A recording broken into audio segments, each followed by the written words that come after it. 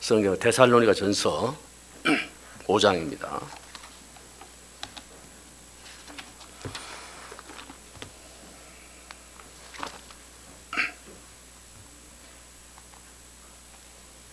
데살로니가 전서 5장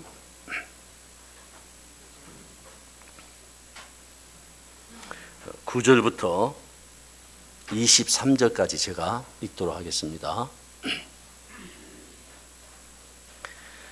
우리 하나님이 우리를 세우심은 노하심에 이르게 하심이 아니요 오직 우리 주 예수 그리스도로 말미암아 구원을 얻게 하신 것이라. 예수께서 우리를 위하여 죽으사 우리로 하여금 깨든지 자든지 자기와 함께 살게 하려 하셨느니라. 그러므로 피차 권면하고 피차 덕을 세우기를 너희가 하는 것 같이 하라. 형제들아, 우리가 너희에게 구하노니 너희 가운데서 수고하고 주 안에서 너희를 다스리며 권하는 자들을 너희가 알고 저의 역사로 말미암아 사랑 안에서 가장 귀히 여기며 너희끼리 화목하라. 또 형제들아, 너희를 권면하노니 규모 없는 자들을 권계하며 마음이 약한 자들을 안위하고 힘이 없는 자들을 붙들어주며 모든 사람을 대하여 오래 참으라. 삼가 누가 누구에게든지 악으로 악을 갚지 말게 하고 오직 피차 대하든지 모든 사람을 대하든지 항상 선을 쫓으라. 항상 기뻐하라. 쉬지 말고 기도하라. 범사에 감사하라. 이는 그리스도 예수 안에서 너희를 향하신 하나님의 뜻이니라. 성령을 소멸치 말며 예언을 멸실치 말고 범사에 헤아려 좋은 것을 취하고 악은 모든 모양이라도 버리라. 평강의 하나님이 친히 너희로 온전히 거룩하게 하시고 또 너희 온 영과 혼과 몸이 우리 주 예수 그리스도의 강림하실 때에 흠 없게 보존되시기를 원하노라. 23절까지 말씀을 읽었습니다. 새해가 들었는가 싶었습니다만은 오늘 이제 2월의 마지막 주일입니다. 제가 작년에 12월 15일 날 이곳에서 말씀을 드린 시간이 있었습니다. 그때 드렸던 말씀이 여호와 보시기에 정직히 행함이라는 말씀을 드렸습니다. 요아스 왕을 빌어서 말씀을 드렸고요. 성경 속에서 하나님께서 악하다 선하다의 기준을 악한 왕 선한 왕의 기준이 무엇일까 그렇게 이제 말씀을 보면서 살피다가 남유다의 8명의 선한 왕은 과연 하나님께서 선하다고 하는 기준이 무엇일까라고 묵상이 되면서 살펴보는 중에 그 선하다고 하는 왕들의 특징은 우상을 멀리하고 하나님의 말씀에 그들은 가깝게 있었다는 사실을 살펴볼 수 있었습니다. 잘 아시는 대로 히스기야 왕은 하나님 앞에 선을 행함으로 인해서 그는 15년의 생명을 연장시켜 주었는데요. 그 히스기야 왕을 이제 하나님의 말씀으로 감각되도록 교훈하시고 그에게 하나님의 말씀을 전해줬던 선지자는 이사야 선지자입니다. 이사야 선지자가 여러분 이사야서를 성경을 다 피면 몇 명의 선지자를 이야기하면서 이사야가 나옵니다. 이사야 선지자를 이야기하고 있고요. 이어서 이제 요시야라고 하는 선지자가 그 왕이 선한 왕으로 이제 이야기하는데요. 그 요시야라고 하는 선지자를 하나님의 말씀으로 가르쳤고 교훈하셨고 전달해줬던 선지자는 예레미야라는 선지자입니다. 그 예레미야라는 선지자를 통해서 이 요시야의 왕을 이제 하나님의 말씀으로 교훈케 했고 전해 주었습니다. 요시야 선지자는 그 왕은 율법서가 없는데 이 성전을 수리하다가 율법서를 발견을 하고 그 율법서를 발견하면서 옷을 찢었습니다. 옷을 찢으면서 그 요시야는 사사기 시대 때 잠깐 유월절을 지냈지만 그 뒤로 유월절을 지킨 예가 없어요. 그리고는 이 요시야가 유월절을 지킨 오랜만에 몇백 년 만에 이제 유월절을 지켰던 왕이 요시야 왕입니다. 그 왕은 그 율법서를 발견하면서 그 말씀 속에서 율법서라고 하는 것은 하나님 말씀이에요. 모세오경을 이야기합니다. 그러면서 그 말씀을 보면서 하나님이 제거해야 될 것이 무엇인가를 말씀하셨을 때 그는 우상을 제거했고 산당을 제거했고 신접한 자를 죽였고 박수도를 죽였고 바알 신상을 없앴고 아세라 신상을 없앴고 바알의 남신이고 아세라는 여신입니다. 그 신들을 다 제거했고 아세라 신상은 거의 나무로 여신들은 거의 나무로 만들었고요. 바알은 이제 돌로 만들어서 부시고 태웠습니다. 뿐만 아니라 북이스라엘에 세웠던 베델이나 이런 곳에도 우상 섬겼던 그 모든 것을 다 제거했습니다. 그래서 하나님께서는 최고의 선한 왕으로 하나님의 말씀에 이렇게 선한 왕이 이전에도 없었고 이후에도 없다라고 이야기했던 요시야 왕입니다. 그런데 아이러니하게도 그렇게 하나님 앞에 최고의 선으로 살았던 그 요시야 왕의 아들이 요아하스입니다. 요아스였고 요아하스 아들이 요아김이고 요아하스하고 요아김은 요시야 아들입니다. 요아하스는 두 번째 아들이고 요시야의 요아김은 네 번째 아들입니다. 그래서 요아김의 아들이 요아긴이에요. 근데 그 요아긴을 3개월 만에 폐위시키고 그리고 요시야의 왕 세 번째 아들인 시드기야를 이스라엘의 마지막 왕으로 남유다의 마지막 왕으로 시드기야를 세우게 되는 그래서 이제 이스라엘 역사가 끝나게 됩니다. 그때 이제 하나님이 보시기에 정직한 행함을 말씀을 좀 드렸었고요. 오늘 주제는 하나님의 뜻이라는 말씀으로 좀 드려보려고 합니다. 제가 뜬금없이 사전을 좀 찾아봤어요. 신앙생활이 뭘까? 사전적 의미로 한번 찾아보니까 하나님을 섬김에 있어서 경건한 자세로 행동이나 활동을 하면서 살아가는 것을 가리킨다. 이렇게 이제 표현이 되더라고요. 자, 여러분요. 신앙생활이라고 하는 것은 여러분 혼자 신앙생활하는 그것은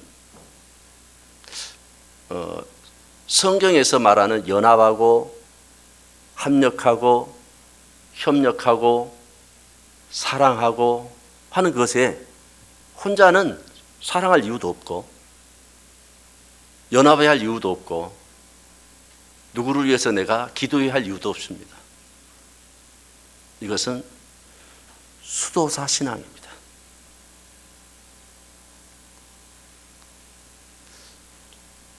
초대교회 때 많은 수도사들이 있었는데요. 그 많은 수도사들은 개인이 혼자 10m 되는 높은 나무에 올라가서 혼자 수도사 생활을 하는 거예요. 밑에서 음식물을 제공해주고 수십 년 동안 안 내려와요. 그래서 머리가 길고 수염이 길어가지고 근데 그런 사람들을 사람이 어떻게 이야기하냐면 추앙하는 거예요. 그러한 사람을 은좌라 그럽니다. 은좌 시대. 그런 사람들이 참 많았어요. 이게 수도사 생활의 이제 초기 시작입니다. 제가 오늘 수도사에 대한 이야기 하려고 한 건 아니고요. 그래서 주님께서는 몸을 이루어 가는 데 있어서 연합하고 합력하고 협력하라고 얘기한 말씀이 우리는 어느 성경을 피든지 다 등장하는 말씀입니다. 그렇다면 이제 신앙생활에 대한 이야기를 사전적으로 찾는 것을 말씀을 드렸는데요. 그래서 이제 6가지를 얘기해 놨더라고요. 첫째, 성경을 읽는다. 자, 여러분요. 모든 종교는 경전이 있는 것도 있고 경전이 없는 것도 있습니다. 종교는. 그런데 그 종교라고 하는 것은 수행을 하거나 고행을 해서 얻어진 그 모든 것은 종교입니다. 그러나 우리는 수행을 하거나 고행을 얻어서 얻어진 은혜가 아닙니다. 하나님께서 은혜로 베풀어 주신 그 은혜를 깨닫고 하나님께서 베풀어 주신 그 말씀을 믿음으로 말미암아 하나님의 자녀가 되었습니다. 그러기에 그 성경이라고 하는 것은 수행을 위해서 뭔가 하나님 앞에 은혜를 깨닫고 하나님의 어떤 신의 경지에 오르려고 하는 그 수행이 아니라 이제 하나님의 자녀가 되었으니 너희가 떡으로만 살 것이 아니고 하나님의 입으로 나오는 모든 말씀으로 살아갈 것인 것에 대한 하나님의 생명을 우리에게 허락한 것입니다. 그러기에 신명기서 17장 말씀의 19절에 평생에 자기 옆에 두고 읽어서 그 하나님 여호와 경외하기를 배우며라고 되어 있습니다.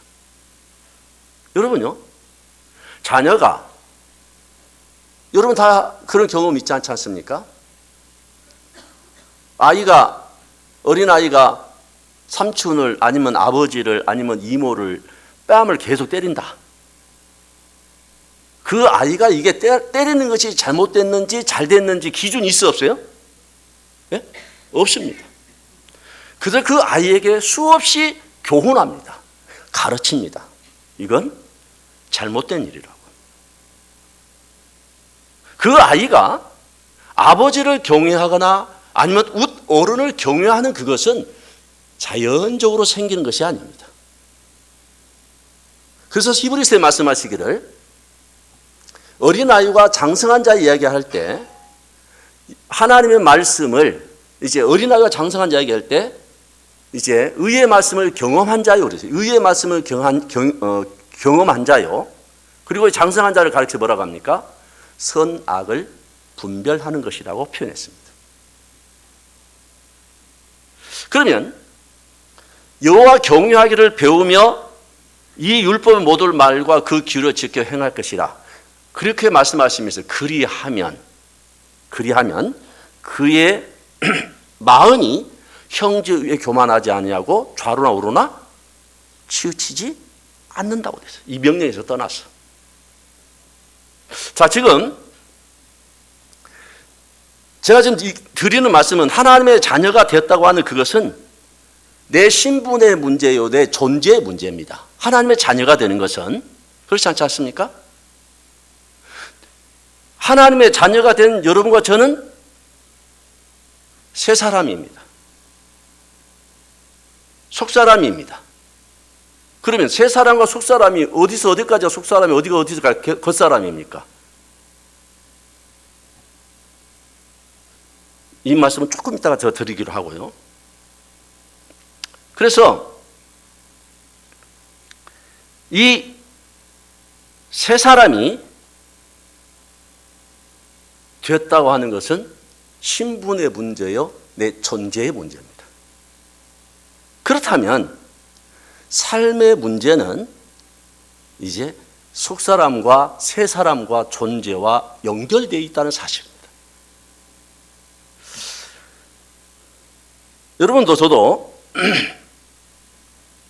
신앙생활 하시면서 그 신앙생활이 과연 어려울까? 연구해야 될 신앙생활일까? 힘들까?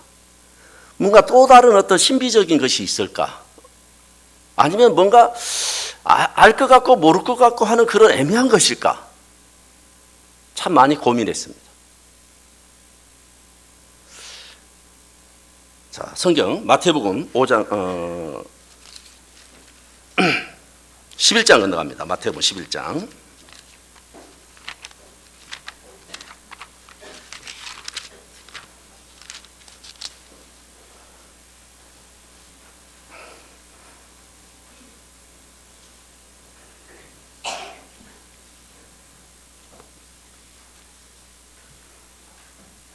28절 말씀을 보시겠습니다.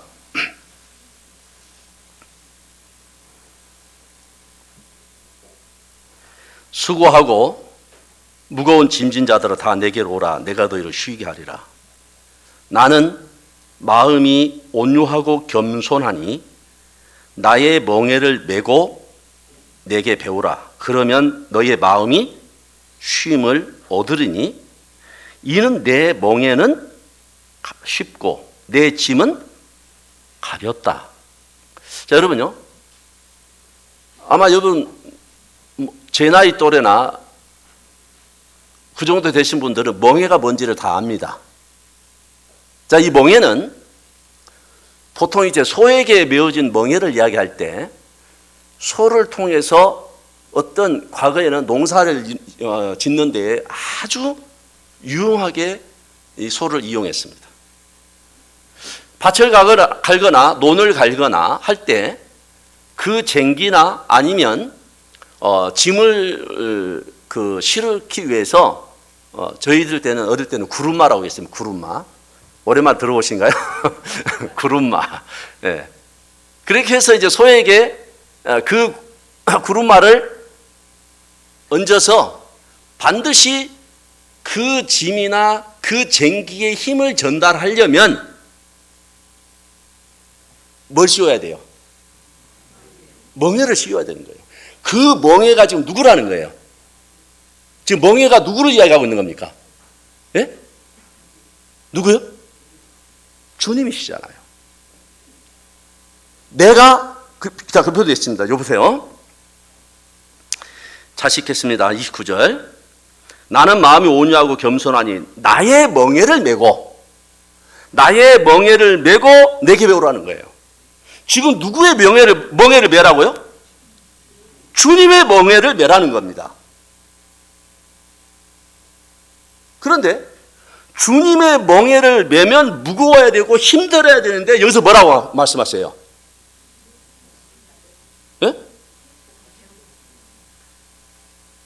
쉽고 내 짐은 뭐라고요? 가볍다는 거예요. 여러분요, 자동차가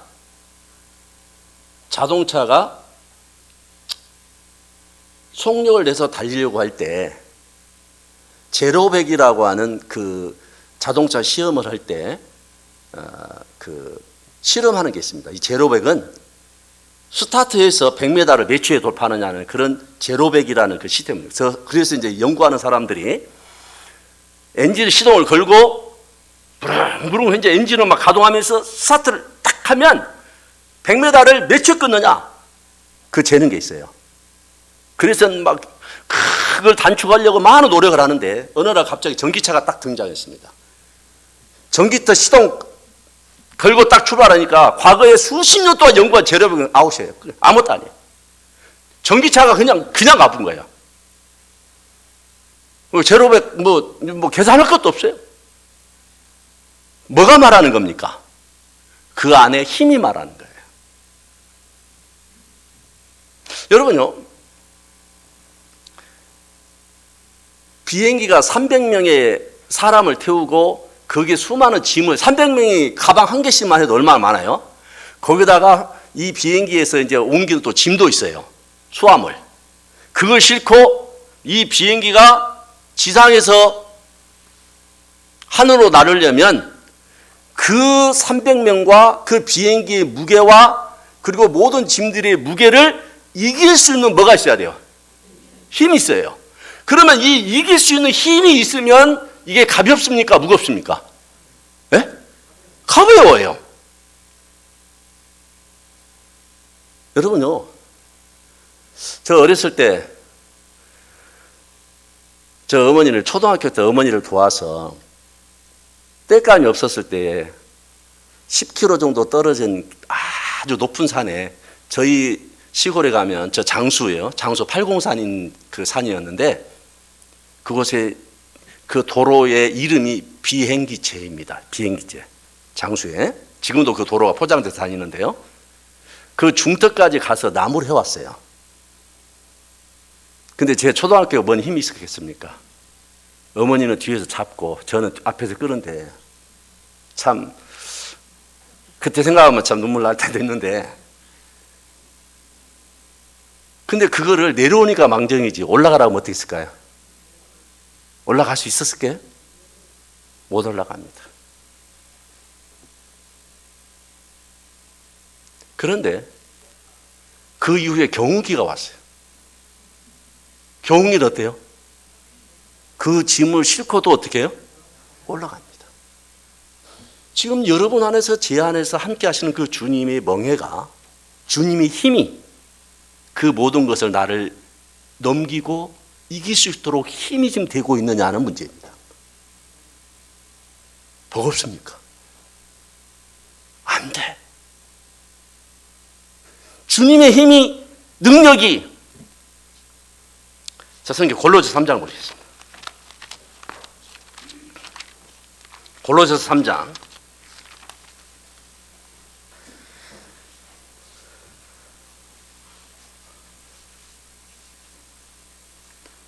15절입니다.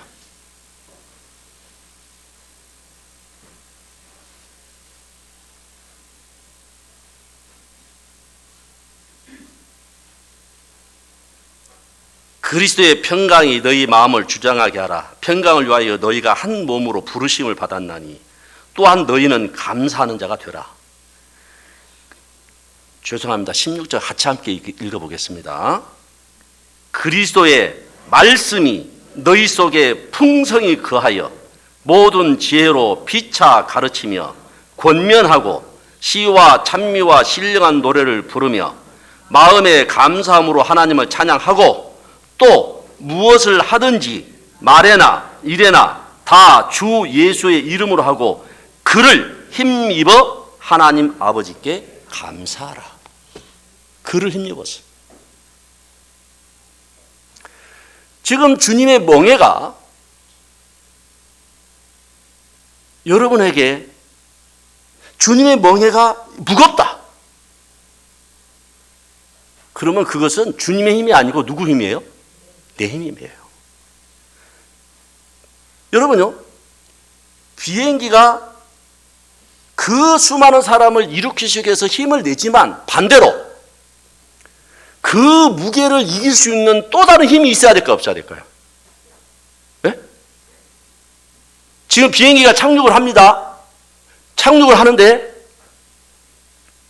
그 300명 내지는 지금 비행기의 무게를 이기기 위해서 그 비행기가 착륙을 할 때 그 비행기를 세울 수 있는 또 다른 힘이 있어야지만이 그 비행기를 세울 수가 있습니다. 그렇지 않지 않습니까? 그럼 뭘 말하는 거예요? 내 안에 주님의 멍에가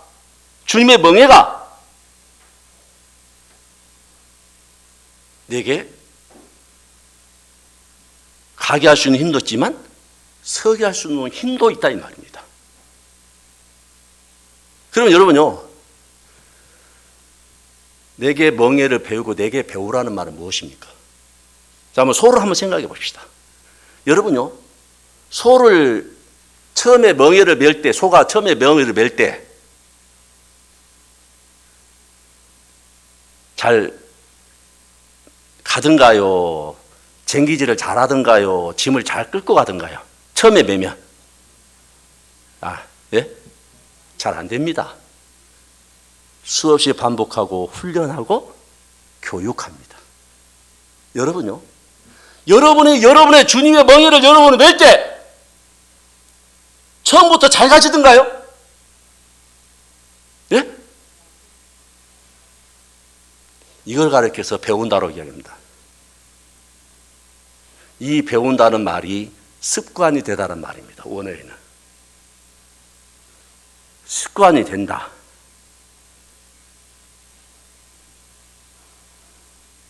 사용하기 위해서 실행을 한다. 여러분요, 이 마이크인데요, 녹음기입니다. 이 녹음기를 내가 잘 사용하려면 이 사용하는 그것을 내가 습득해야 될까 안 해야 될까요? 습득하다 그 말이에요. 그래야지 이게 자유롭게 사용할 수 있는 것처럼 주님의 멍에가 내게 뭐해졌다고 하는 것은 무겁거나 힘들거나 괴롭거나 곤욕스러운 것이 아니라 가볍고 쉼을 얻는 것이다 그 말이에요. 그래서 소를 이리야 탁 한 번 치면 가고 땡기면 어때요? 오고. 그래서 나는 온유하니라는 온유가 야생마라는 뜻입니다. 원어가 야생마. 여러분요, 야생마가 길들이지 않는 자연의 야생마는 사람의 그 등에 타는 것을 허락할까 안 할까요? 예? 여러분과 저도 야생마에 있다 그 말이에요. 누구 만나기 전에? 하나님 만나기 전에 야생마에 있다 이 말입니다. 모든 걸 허락하지 않아요. 그래서 야생마를 길들일 때는 엄청난 힘이 듭니다. 그래서 그 야생마가 주인에게 순종하기까지는 수없이 훈련을 받는 것처럼 우리 신앙이 주님의 멍에로 내가 하나님과 나 사이의 간격을 줄여가는 겁니다. 하나님의 사람이 되어가는 것입니다. 이게 온유란 뜻입니다. 겸손, 이거는 흙이란 뜻입니다. 원어가. 흙은 지진이 아니고서는 자연적인 외부의 재앙이 아니고서는 흙은 어떨까요? 뿌리는 대로 어때요? 뿌리는 대로 나무를 심으면 나무 심은 대로 씨앗을 심으면 씨앗을 심는 대로 그 모든 흙들은 그 생명을 어떻게 해요? 키워냅니다. 주님이 우리의 생명의 근원이다 이 말입니다. 키워냅니다. 그게 겸손이에요. 그래서 온유와 겸손, 나는 온유하고 겸손하니 야생마 같은 나를 하나님의 사람으로 주님의 능력으로 주님의 멍에가 나를 이끌어간다는 사실입니다. 두 번째, 기도하는 부분으로 되어 있도록 신앙의 기도. 그건 더 설명 필요 없고요.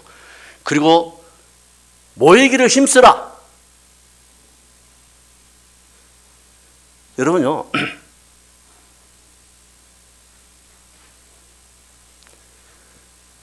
어쩌다가 이제 적은 제가 나이는 많이 먹지 않았지만 교회사를 지금 하고 있는데요. 저는 교회사를 공부하면서 참 눈물 날 일이 참 많았습니다. 앞서 믿음의 삶을 살았던 많은 선배들 앞에 감히 나는 믿음이 있다라고 고백을 못 하겠더라고요. 이유가 뭐냐면 그들은 어떤 고난과 어떤 역경에도 모이는 것에서 목숨을 걸었습니다. 그 이유는 무엇이었습니까? 주님의 말씀에 모이기를 어떻게? 힘쓰라. 성경 속에 너희는 너희 안에 너희 이렇게 얘기할 때 다 복수로 말합니다. 형제가 연합하여 동거하며 어찌 선하고 아름다운 거로 말씀하셨고 너희 안에 그 말은 어떤 교회를 보낼 때 어디 교회 편지를 보낼 때 너희 안에 그것은 그들의 지금 모여있는 그 성도들을 향해서 복수로 다 말하고 있습니다.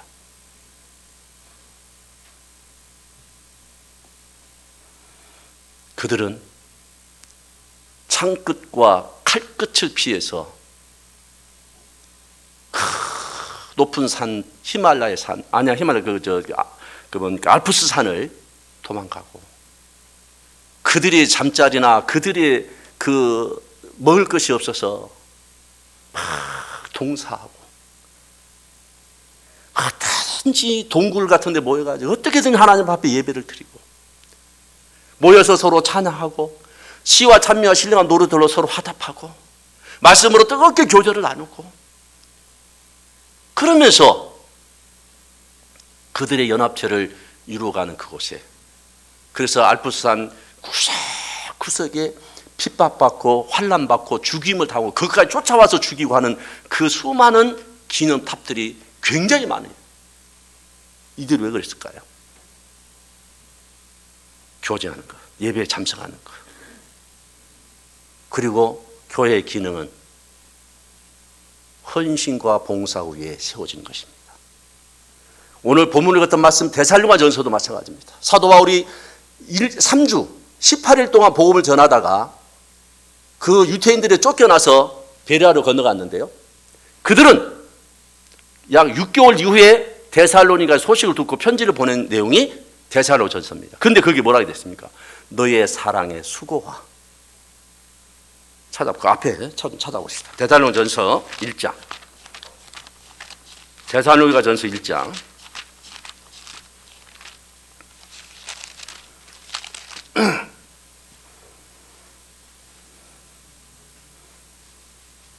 (1장) 2절입니다. 우리가 너희 무리를 인하여 항상 하나님께 감사하고 기도할 때에 너희를 말함은, 같이 한번 읽어볼까요? 너희의 믿음의 역사와 사랑의 수고와 우리 주 예수 그리스도에 대한 소망의 인내를 우리 하나님 아버지 앞에서 쉬지 않고 기억하매니. 여러분요, 사랑에는 수고가 있는 것입니다. 소망은 인내를 남기고요, 믿음은 역사합니다.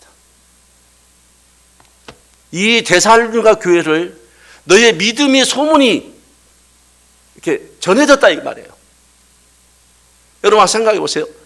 약 한 18일 정도 분이 머무르지 않았던 그 데살로니가 교회가 얼마나 사도 바울 마음속에 기도의 거리가 되었겠습니까? 그런데 소문이 들렸어요. 그 믿음의 역사가 있었고 사랑의 수고가 있었고 인내의 소망이 있는 그 교회가 얼마나 기뻤겠습니까? 헌신과 봉사입니다. 여러분과 저는 여러분의 마음을 잘 모릅니다. 저는 볼 수 있는 능력이 있는 자가 아니에요. 그런데 저는 그 사람만 봐요. 밖에 지금 보여지는 사람, 그잖아요? 그러면 여러분과 제가 만약에 여러분의 속을 다 볼 수 있고 무슨 생각을 하고 있고 지금 어젯밤에 무슨 일이 있었고 그러니까 내가 다 볼 수 있다면 여러분 저하고 함께 할까요, 안 할까요?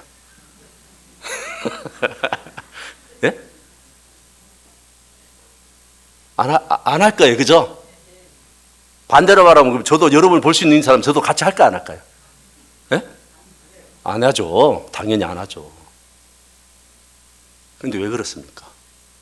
하나님이 그런 능력을 우리에게 주시지 않았어요. 그것은 하나님의 몫입니다. 그런데 우리에게 주신 것이 있어요. 그 얘기는 좀 이따 하기로 하고. 헌신과 희생과 봉사 위에 이루어진 것들이 있습니다. 아까 제가 뭐라고 말씀드립니까? 우리 존재의 문제입니다. 나의 존재가 새 사람이에요.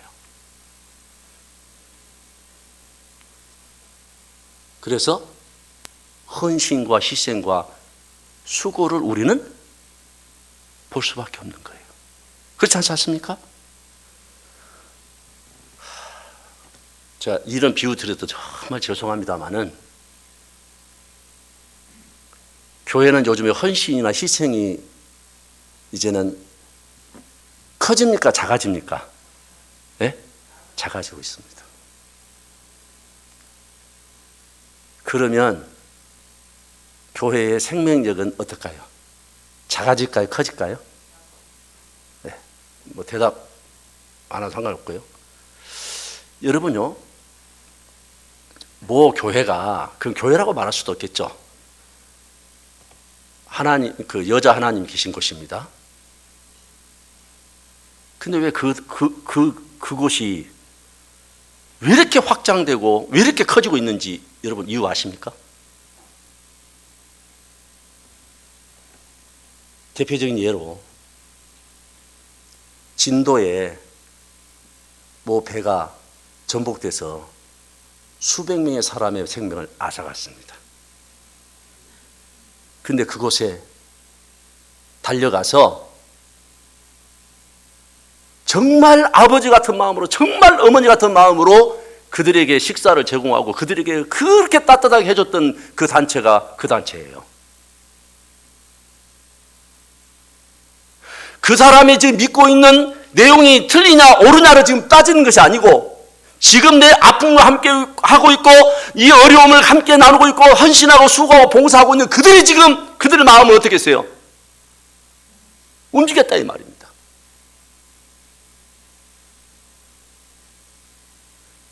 이게 초대교회 모습입니다.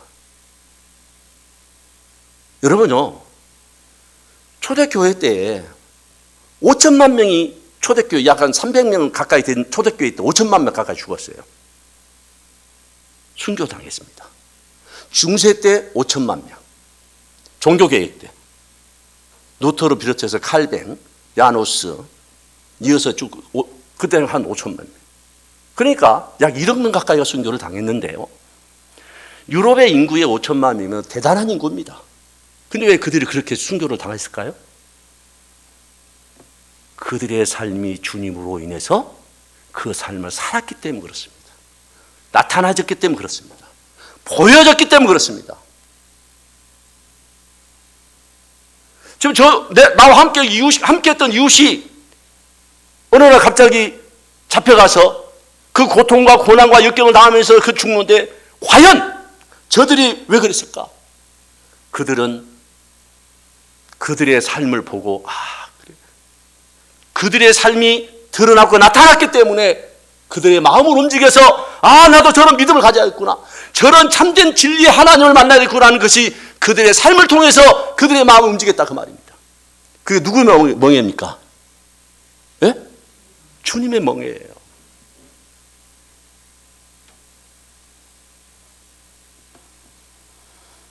헌신과 희생이 없으면, 봉사가 없으면 뭐만 남은지 아세요? 껍데기만 남습니다. 주님의 명예라 제가 말씀드렸습니다. 주님의 생명력을 이야기하고 있습니다. 그리고 이제 여러분들이 헌금하는 일로 인해서, 그리고 이제 복음을 전하는 일로, 이렇게 이제 6가지의 신앙을 얘기했습니다. 아까 제가 속사람에 대한 말씀 드린다고 했는데요. 여러분, 하나님의 자녀가 되면 속사람인데, 속사람과 겉사람이 무엇이냐 하는 거 내용 조금 드리겠습니다. 로마서 8장. 로마서 8장.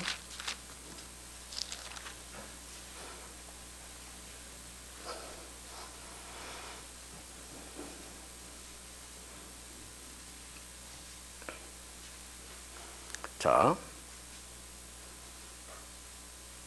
1절입니다. 그러므로 이제 그리스도 예수 안에 있는 자에는 결코 정죄함이 없나니. 여기서 예수 그리스도 안에란 말은 예수께 속한 사람이다 그 말입니다.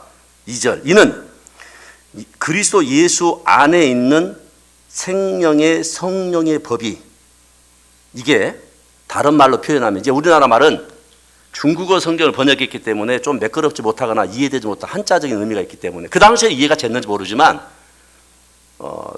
조금 더 이해를 돕게 하자면, 생명을 주시는 성령의 능력이 이래 돼 있어요. 현대 번역은요. 법이 죄와 사망의 벌써 너를 해방했다. 자, 3절. 율법이 육신으로 말미암아 연약할 수 없는 그것을 하나님은 하시나니 곧 죄를 인하여 자기 아들을 죄에 있는 육신의 모양으로 보내어 육신의 죄를 정하사. 자, 여기에 이제 육신의 죄를 정했다 그 말은 육신으로 할 수 없는 것에 대한, 자, 육신을 말할 때 바디를 말합니까? 몸을 말합니까? 여기서 말하는 육신은 뭐예요? 예? 나를 포함하고 있는 모든 것 아니에요? 맞습니까? 여러분요, 자, 그쪽은 뭐 이야기를 안 하려고 하는데 조금만 건드리고 간다면, 어디까지가 영이고 어디까지가 혼이고 어디까지가 몸입니까? 저는 잘 구분을 못 하겠더라고요. 영적 그리는데 어디까지 영적이에요? 내가 생각하면 영적인 거고 생각 안 하면 영적이 아닌 겁니까? 저는 하나님께서 아담을 창조하실 때 흙으로 만든 그 흙 속에 하나님의 생기를 불어 넣으셔서 뭐가 됐어요? 예? 사람이 됐고 생명이 된 거예요. 그게 아담이에요. 그럼 아담을 구분할 때 어디까지는 영이고 어디까지는 혼이고 어디까지는 몸이고 그게 나눠집니까? 이게 플라톤 철학에서 오는 사상입니다. 그래서 이건 신비스러운 거예요. 몸이 그 생명력이 있는 그 생명력이 그 보이지 않는 그 물질의 생명이 나에게 왔는데 나를 떠난 굳이 구분하자면 그 혼과 영과 몸만 구분해서 그렇지 않아요. 많이 구분될 수 있습니다. 거기는 의지도 있고 감정도 있고 혼의 영역에 어쩌고저쩌고 그걸 그냥 그 사람이 나누는 거죠. 의지도 있고 감정도 있고 슬픔도 있고 아픔도 있고 고통도 있고 보이지 않는 그 물질 세계가 있는데 그건 다 생명이라고 하는 그 속에 다 포함된 건데 나란 말입니다. 여러분을 구분하고 봅시다. 여러분 마음속에 아니면 여러분에게 성령이 들어와 계시는데 성령이 들어와 계신 그 장소가 어디예요? 네? 마음입니까? 그 마음은 어디 있습니까? 네?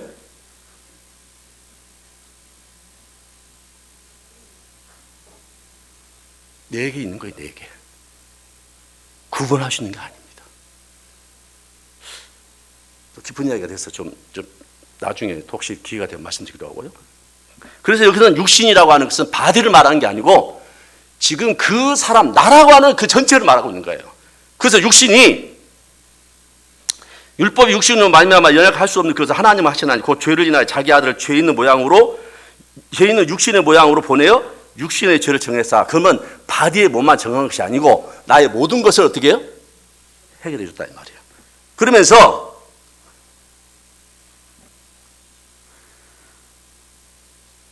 육신을 쫓지 않고 그 영을 쫓아 행하는 우리에게 율법의 요구를 이루어지게 하리라. 4절 그렇게 되어 있잖아요. 여기서 육신을 말할 때 바디를 말합니까? 몸을 말하는 거예요? 고기를 말하는 거예요? 나의 모든 걸 말하는 거예요. 그걸 육신이라고 했단 말이에요.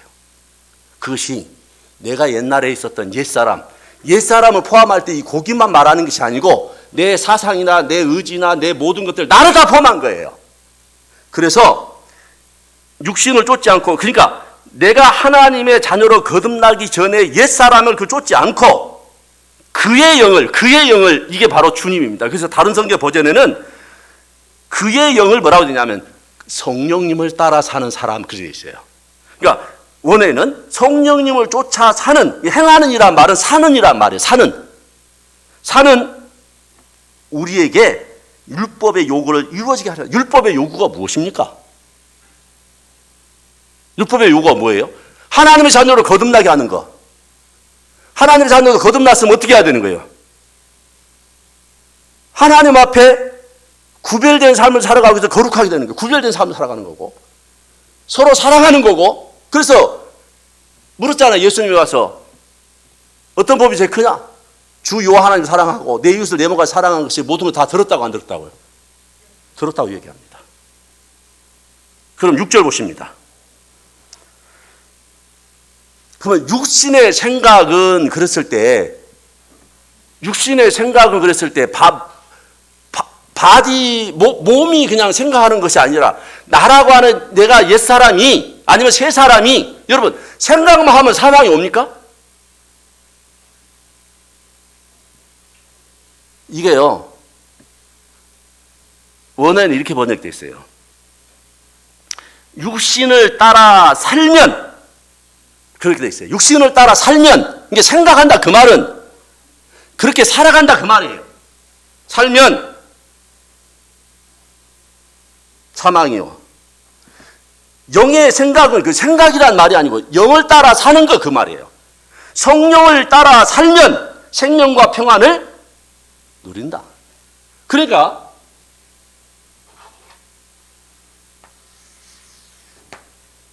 통상적으로 여기가 주님이고 여기가 옛사람, 옛날에 마귀. 그래서 이 하나님의 세계에서 타락한 아담으로 인해서 우리가 여기는 빛이고 어둠입니다. 이 어둠에 살다가 어느 날 하나님을 만났습니다. 누구 자녀 됐어요? 하나님의 자녀가 됐습니다. 내가 지금 하나님의 자녀가 됐는데 내가 신앙의 성장을 했느냐 안 했느냐, 주님과 동행하고 있느냐 안 했느냐, 이런 문제는 이제 성장의 문제지만 내가 하나님의 자녀로 구원을 받으면 무슨 자녀예요? 빛의 자녀예요. 마태복음 5장에 뭐라고 됐습니까? 너희는 세상의 소금과 빛이라고 얘기했습니다. 소금과 빛이라고 말씀하시면서 그 빛을 이야기할 때 뭐라고 하냐? 너희의 착한 뭐라고 그래요? 예? 착한 행실이라고 이야기합니다. 착한 행실이라고 얘기해요. 그러면 이곳에 있는 사람을 속사람이라고 하고 이것은 옛사람이라고 얘기합니다. 맞습니까? 거듭난 자고 거듭나지 않는 자입니다. 그러면 성령님을 따라 사는 것을 가르쳐서 생명과 평안이라고 얘기하고, 내가 하나님의 자녀로 거듭났지만 성령님과 관계없이 사는 사람은 첫 번째 거듭나지 않는 사람이고, 두 번째 하나님과 관계없이 사는 사람이고요. 그죠?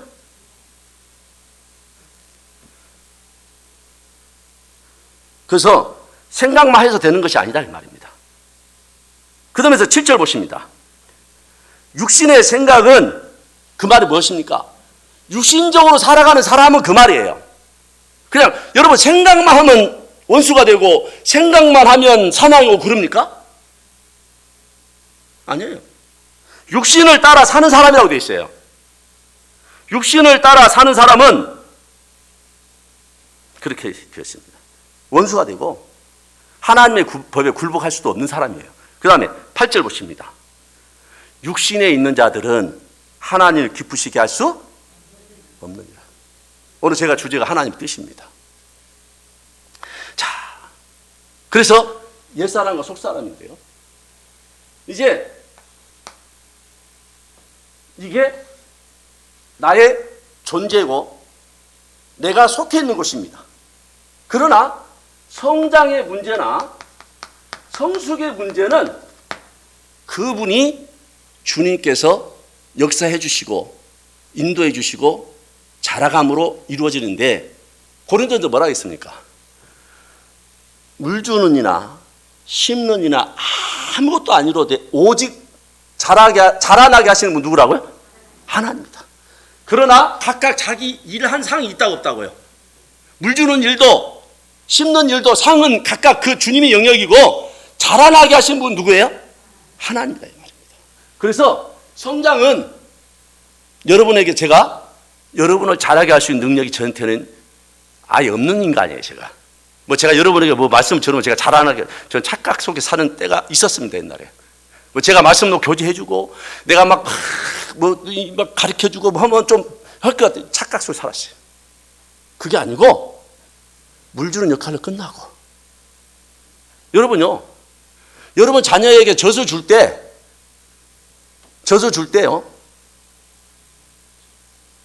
어린아이가 막 팍팍팍팍 커갖고 막 며칠 만에 막 어른 됐으면 좋겠죠.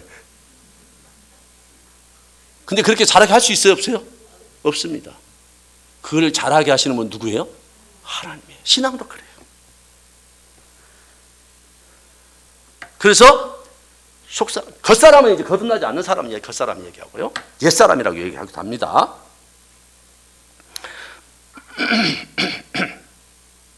그러면 이제 죄송합니다. 성경이 우리 속에 이렇게 표현합니다. 디모데 후서 3장입니다. 디모데후서 3장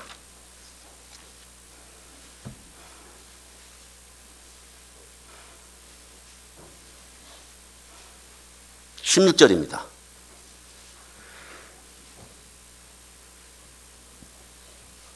모든 성경은 하나님의 감동으로 된 것으로 교훈과 책망과 바르게 함과 의로 교육하기에 유익하니, 여러분요, 여러분의 삶이나 여러분의 신앙이나 나의 신앙이 하나님의 말씀이 부족함이 있을까요, 없을까요?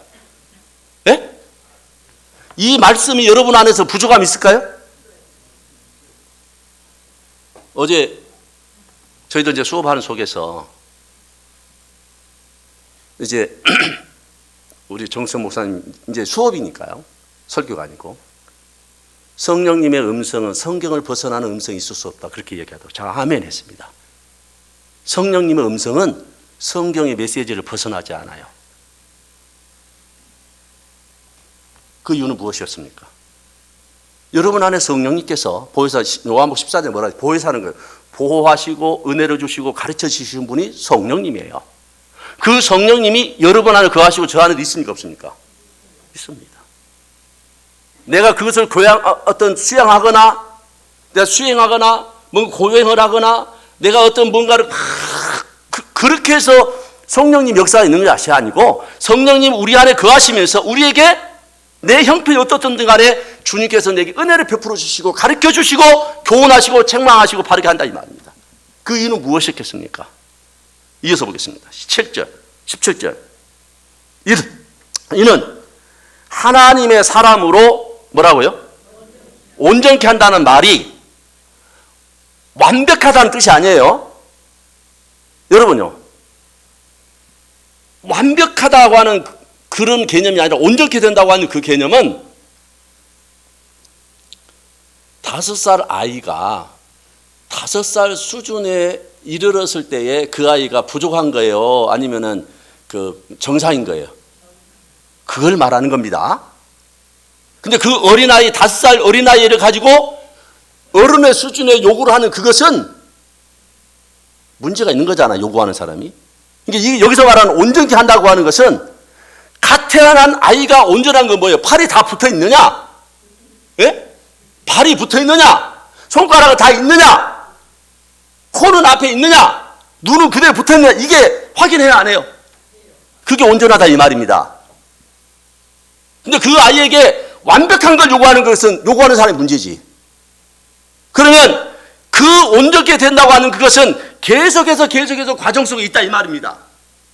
온전케 하며 모든 선한 일을 행하기에 뭐라고요? 온전케 한다, 이 말이에요. 모든 선을 행하기에 온전케 한다. 자, 이 속에서 하나님 우리를 성장하게 하고 우리를 수준에 맞게, 신앙에 맞게 성장해가는 그 속에서 온전케 되어간다, 그 말입니다.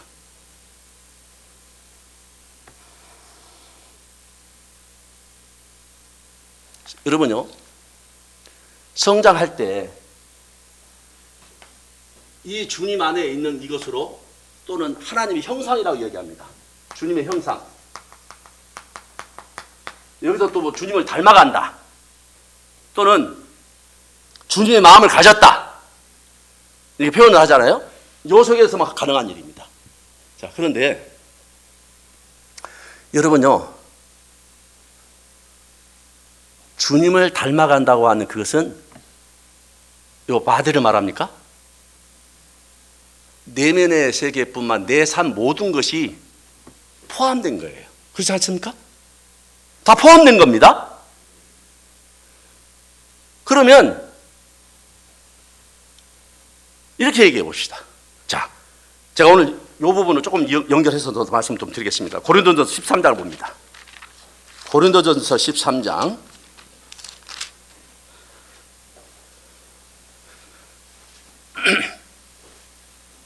고린도전서 13장, 너무나 잘 아시는 말씀인데요. 1절부터 보시겠습니다.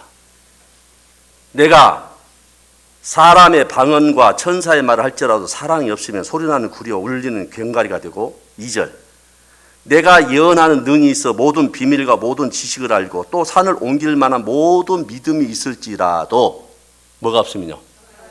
사랑이 없으면. 저는 이 말씀 속에 굉장히 많이 머물러 있었습니다. 그래서 저는 감히 믿음이 있다라고 말하기가 두려워졌습니다. 이유는 무엇이었겠습니까? 내가 산을 옮길 만한 믿음이 있다고? 내가 예언한 능이 있고 모든 비밀과 모든 지식을 알아. 또 산을 옮길 만한 모든 믿음이 있어. 사랑이 없으면. 3절.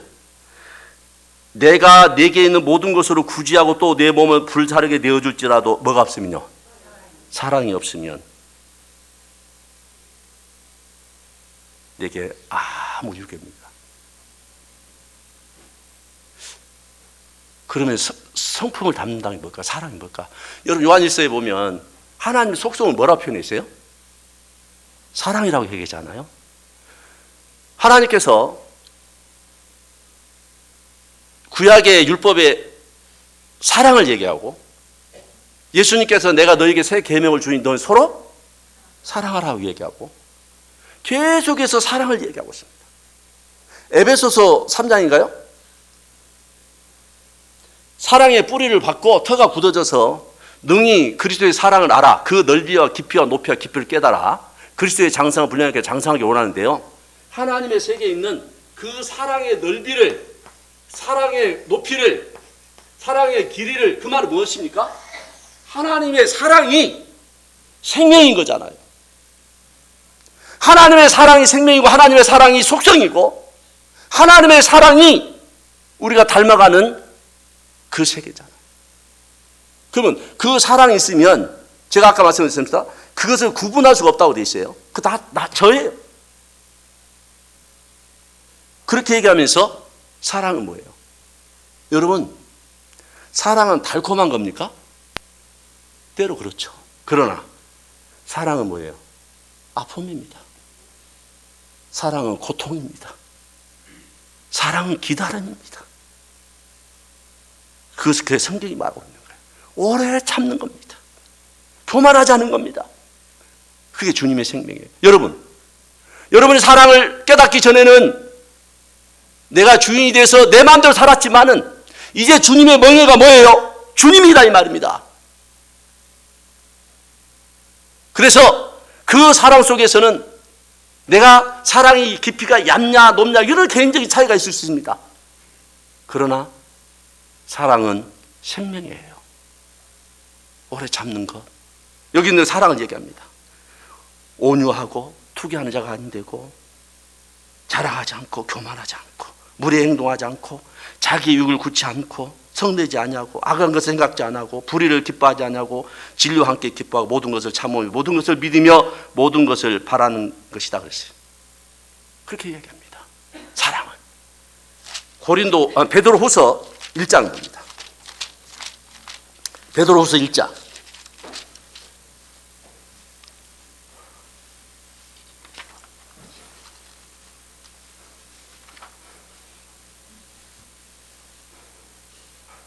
찾으시면요.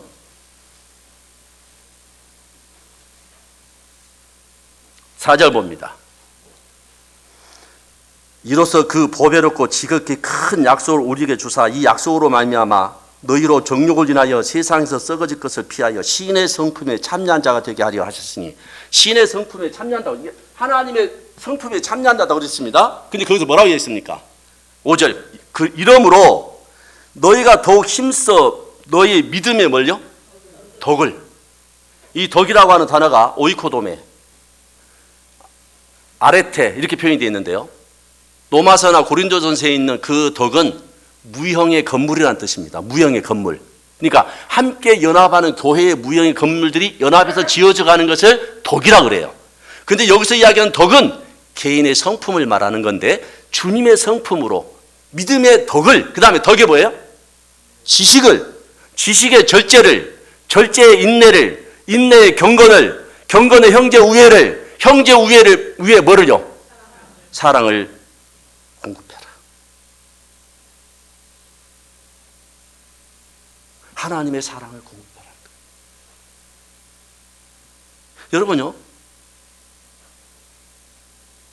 결혼하기 전에 어떤 이성을 그리워해서 그 사랑을 만나기를 원했는데 그 만나기를 원하는 그 이성이 1시간 안 와, 2시간 안 와 그러면 기다립니까? 성질러 나갑니까? 네? 뭐 각자 다 다르겠죠. 사랑이 조금 아이고 네 아니면 안 되겠다. 뭐 딴 여자 만나지. 그러면 갈 거고 아니야 너 아니면 안 돼. 그러면 어떨까요? 기다릴 거예요. 자, 두 번째. 여러분의 자녀를 결혼해서 낳으신 자녀를 여러분 어제 제가 이제 주한이 집에서 잤는데요. 모처럼 어린애 잠자리 있는 집에서 잠을 제가 청해서 잤는데 아침에 저희 딸이 아빠 꼬맹이 때문에 잠 못 잤지? 아니야 잘 잤어. 그럼 거다 대고 내가 너 꼬맹이 때문에 잠 못 잤다 야 괜히 여기서 잤는데 그럼 뭐라 할까요? 다음에 또 오라고 하겠어요? 진짜 잘 잤습니다. 잘 잤어요. 그러면 정작 그 아이를 안고 울지 않도록 보는 그 아이의 마음 어쩔까요? 야 시끄럽다. 니 저 팽개쳐냅니까? 인내하고 기다리고 달래고 얼레고 또 저 왔다고 꼬맹이가 할아버지 구경하러 왔는데 막 똥을 바가지로 쌌더라고요. 치우고 그래가지고 막 침대부터 시작해서 뭐 그 아이 그 뭐부터 시작해서 막 싹 다 젖어가지고 다 벗겨가고 청소하다 이거 세탁하더라고요. 뭐 때문에 그렇습니까? 사랑 아니에요? 네? 그것은 사람에게만 있는 거예요. 물론 동물도 자식 사랑한다고 하지만 그건 비교가 안 되죠. 동물들은 막 태어나자마자 걸어다니는데 사람이 태어나자마자 걸어다니는 아이 있어요? 손이 제일 많이 가죠. 뭐 때문에 그렇습니까? 하나님이 우리를 이렇게 사랑하고 있다는 것을 간접적으로 보여주려고 한다는 거예요. 눈동자처럼 살피고 있다는 것을 보여주기 위한 것입니다.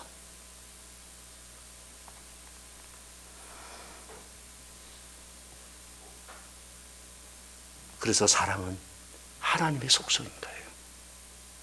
여러분요, 여러분과 저의 사랑에 빠지면 뭐가 될까요?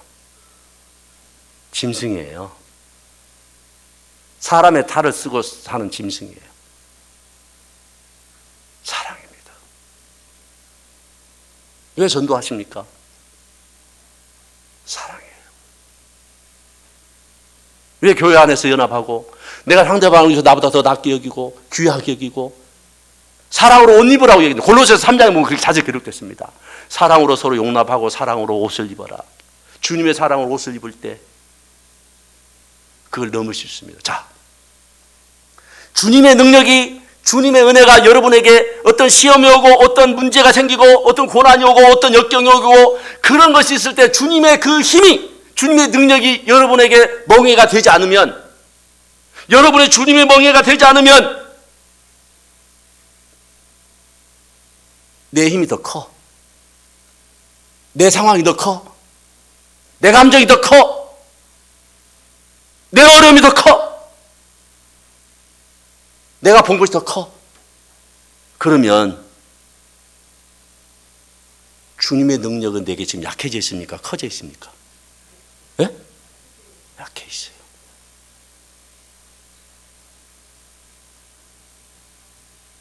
여러분, 시험을 이길 수 있는 주님의 능력이 여러분에게 커지기를 원하고 능력이 되기를 원하고 주님의 말씀이 여러분 안에서 역사되기를 원하는 거예요. 사랑은 오래 참고. 여러분요, 아마 자식이 아닌 조카가 됐거나 아니면 자식의 친구가 와서 우리 자식 노처를 했다 그러면 젠장 어떻게 할까요? 네? 집 내주면서 뭐라 그래요? 야, 더 있다 가거라. 그러겠죠? 네?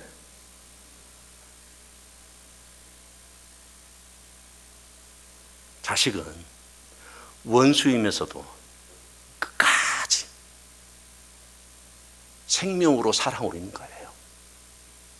한 피 바다 한 몸이 이루는 형제 자매라. 여러분, 형제라는 단어가 무슨 뜻이라고 제가 말씀드렸습니까, 옛날에? 형제라는 단어가 무슨 뜻이라고요? 다 잊으셨네요. 다음에 와서 또 물어보겠습니다. 아델포스 원어가 한 자궁이라는 뜻이라고 그랬어요. 이제 기억나시죠? 네, 한 자궁에서 태어났어요. 한 자궁에서 태어난 형제 자매인데, 저희 아이에게서 좀 죄송합니다. 저 주한이가 농담으로 제가 할아버지가 서한이 데리고 갈까? 데려가래.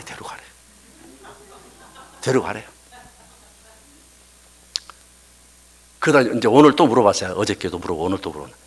할아버지 서한이 데려갈까? 아니, 안 돼! 서한이 엄마 뱃속에서 태어났어. 안 된대요.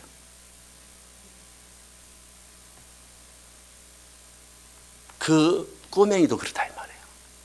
우리는 한 피 바다 한 몸이 이루는 형제와 자매입니다. 좀 부족하면 어떻습니까? 좀 적으면 어떻습니까?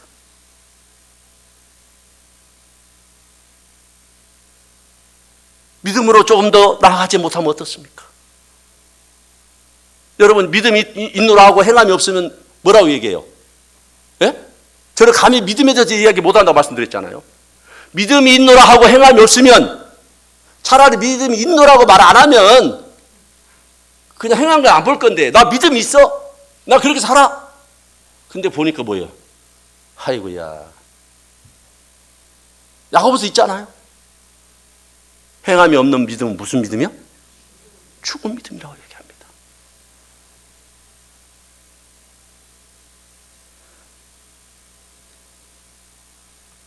그래서 여러분 안에 주님이 여러분의 주인 되시면서 내 삶을 넘어지고 깨어지고 그런다 할지라도 우리 이 길로 좀 달려가자고. 여러분요, 여기를 어둠이라고 얘기하는데, 제가 청년에서 그런 얘기 했습니다마는, 빛을 등지고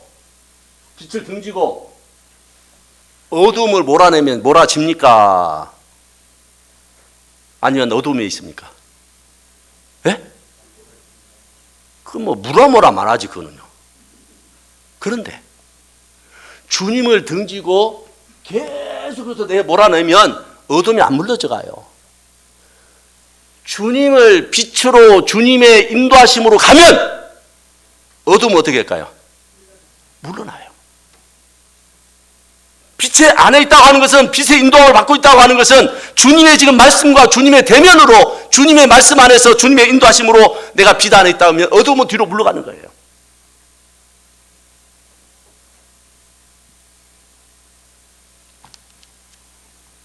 그래서 믿음, 소망, 사랑 중에 제일은 뭐예요? 사랑이에요. 왜 그럴까요? 생각해 보셨는지 모르겠습니다만은, 믿음이나 소망은 개인적이지만 사랑은 뭐예요? 연합이에요. 사랑은 나누는 거고, 사랑은 내 마음 아파하는 거고. 어른들이 흔히 하는 얘기가, 아이고, 내가 너희들 어떻게 키웠는가 모르겠다, 그렇게 얘기하잖아요. 다 잊어버렸어. 꼬맹이를 어떻게 안아보라고 주는데 어떻게 안아야 될지도 잊어버렸어. 이제 안아보다 보면 익숙해지겠지만 막 깨질 것 같아. 애가 막 그냥 막. 그런데 다 사랑으로 키워왔어. 그러면 그렇게 힘들고 고생스럽게 막 아파가지고 응급실에 실려가가지고 막, 아니면 응급실에 달려가고 막 했던 거, 그거 다 보상받으려고 그래요? 아니면 사랑으로 다 했어요? 사랑으로 했어요. 그 보상 안 해도 상관없어요. 너 내가 이렇게 키웠는데도 그러면 돼? 그렇지 않아요. 우리는 서로의 관계 속에, 서로 성도들과 성도의 연합 속에, 그 속에 주님이라고 하는 그 유난이나 주님이라는 생명이 그 안에 흐르지 않으면 우리는 다 뭐예요? 냉랭해집니다.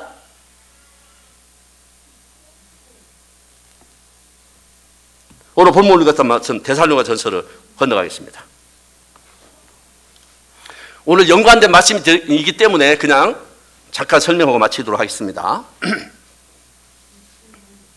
데살로니가전서 5장 9절, 하나님이 우리를 세우심은 노하심 이르게 하심이 아니요 오직 우리 주 예수 그리스도로 말미암아 구원을 얻게 하신 것이라. 10절, 예수께서 우리를 위하여 죽으사 우리로 하여금 깨든지 자든지 자기와 어떻게 해요? 함께 살게 하려 하셨느니라. 함께 살기로 원해요. 함께 살기로 원하는데 이게 깨든지 자든지라는 말에 두 가지 뜻이 있습니다. 하나는 죽든지 살든지라는 뜻이에요. 두 번째는 내 신앙이 잠들든지 깨든지 항상 어떻게 해요? 예? 자, 여기 하나 자녀가 거듭났지만은 내 신앙이 잠든다는 말은 무슨 말이에요? 하나님 안에서 깨어있지 않는 사람이다 그 말이에요. 그럼 하나님 안에서 깨어있지 않다고 우리를 버립니까? 아니잖아요. 깨든지 자든지 우리가 항상 어떻게 하기를 원해요? 함께 하려고 함께 살기를 원해. 그러면 자고 있는 우리를 하나님이 어떻게 하기를 원해요? 좀 일어나라 말이에요. 너 좀 깨어라 이 말이에요. 지금 낯이다. 그렇게 지금 하고 이야기하는 겁니다. 너희 어둠에 속하지 않는 자야. 빨리 어떻게 하라고요? 깨어서 빛으로 와라. 그런 두 가지 뜻이 있습니다. 11절, 그러므로 피차 권면한다. 그 말은 뭔 말이십니까? 어둠에 있는 자를 어떻게 해서? 권면해서 어떻게 하라고? 좀 빛으로 깨우라 이 말이에요. 피차 덕을 세우기를. 이게 아까 얘기한 아레테입니다. 무슨 얘기냐면 무형의 건물을 지어져 가는데, 원어가 그렇게 무형의 건물이라고 돼 있어요. 이 건물이 교회가 아니잖아요. 성도들이 교회잖아요. 이게 무형의 건물이에요. 잘짓세 우리 집 잘짓세 이 집입니까? 이 집이에요? 아니에요. 성도들과 함께 연합한 집이에요. 잘 짓자는 거예요. 이게 덕입니다. 덕을 세우기 위하여 이를 너희가 하는 것 같이 하라. 12절, 형제들아 우리가 너희에게 구하노니 너희 가운데 수고하고 주 안에서 너희를 다스리며 권하는 자들 너희가 알고. 수고하는 자도 있습니다. 그리고 주 안에서 너희를 다스리는 자도 있습니다. 권하는 자도 있습니다. 이런 자들을 알아줘라. 나보다 신앙이 조금 더 믿음의 선배 되신 분들이 나한테 권면을 니나 잘해. 그러면 주님의 마음이에요? 예? 아, 예.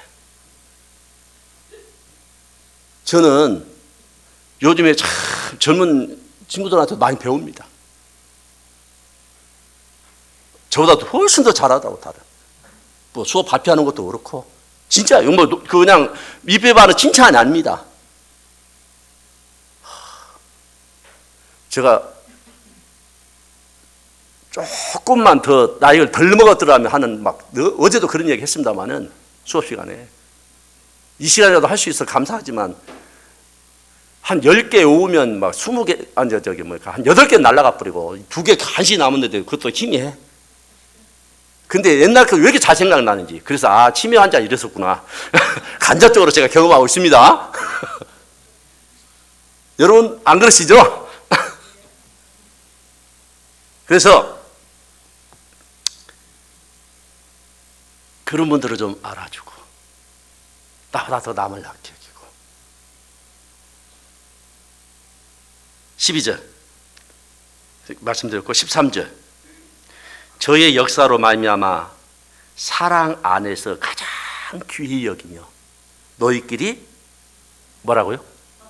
자, 이렇게 생각합시다. 데살로니가 교회에 지금 성경이 있습니까? 없습니까? 그 당시에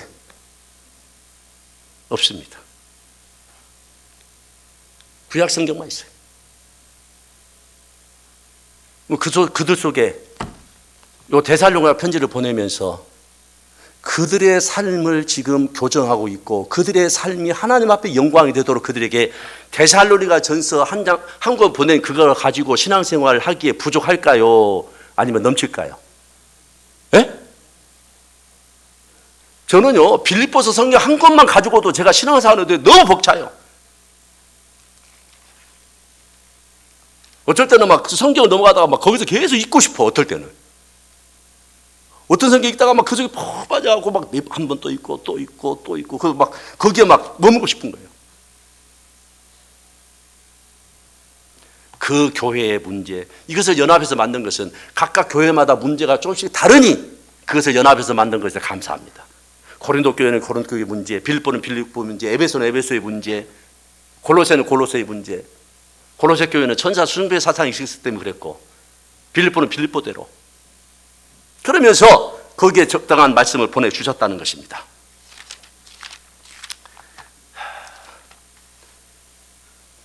(14절)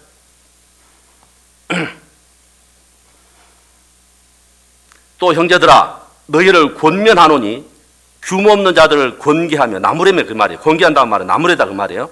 규모 없는 자는 게으른 자고, 예? 게으를 수도 있고. 여러분요, 요즘은 누구를 자꾸 이렇게 타치하면 싫어해요, 좋아해요? 싫어해요. 이것이 우리 안에서 사라지면 이제 자녀도 요즘 뭐라고 못해요. 그러니까 다 자녀들이 어때요? 이제 다 잘났어.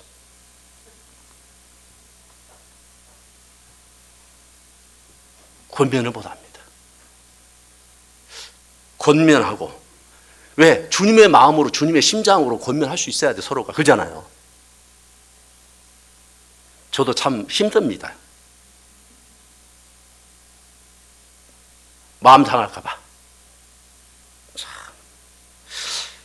이 말하는 저는 참 죄송합니다만은, 그래서 지혜로운 자에게 훈계하라 그랬잖아요. 그러니까 받아들일 만한 사람에게 조심스럽게 훈계를 해요. 그러나 전혀 튕기는 사람한테 어때요? 못합니다. 내 자식도 내 마음대로 못하는데 뭐 어떻게 하겠습니까? 그죠? 예. 그러나 이 부분들 분명히 세워져야 된다고 저는 봅니다. 모든 사람을 대하여서 오래 참으라. 13절, 15절. 삼가 누구가 누구에게든 악을 갚지 말게 하고 오직 피차에 대하든지 모든 사람을 대하든지 항상 뭐래요? 선을 쫓으라. 16절. 항상 기뻐하라. 쉬지 말고 기도하라. 범사에 감사하라. 같이 읽습니다. 그리스도 예수 안에서 너희를 향하신 하나님의 뜻이다. 오늘 주제가 뭐예요? 하나님의 뜻. 항상 기뻐하래. 항상 감사하래. 범사에 감사하고 쉬지 말고 기도하고 항상 기뻐하랍니다.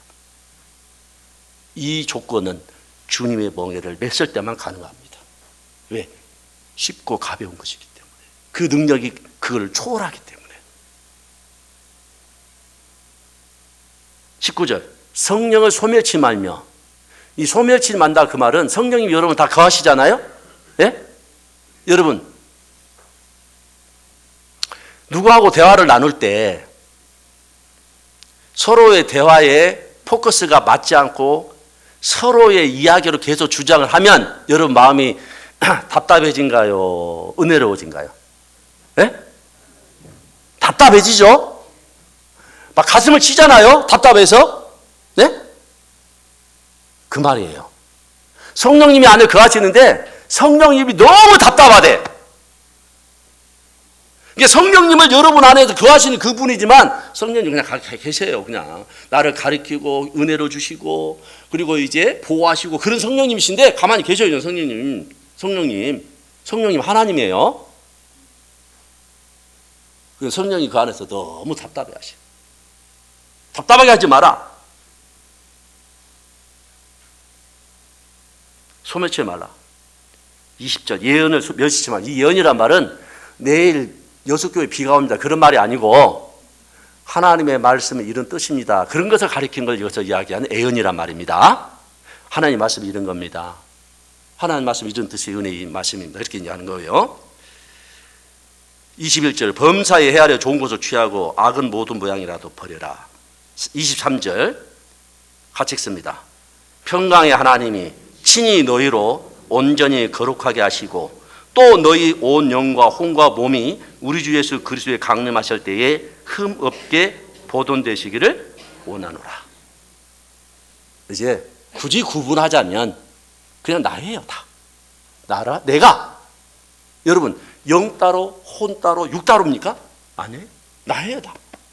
모든 내 생명이 나와 함께하는 것이에요. 여러분 영이 떠나면 내가 고기가 되잖아요. 그냥 이게 말하자면 이게 흙이 되잖아요. 그게 아니고 나예요. 근데 이게 심판 받을 때 아니면 주님이 부활하실 때 나도 다시 일체로 이룹니까 안 옵니까?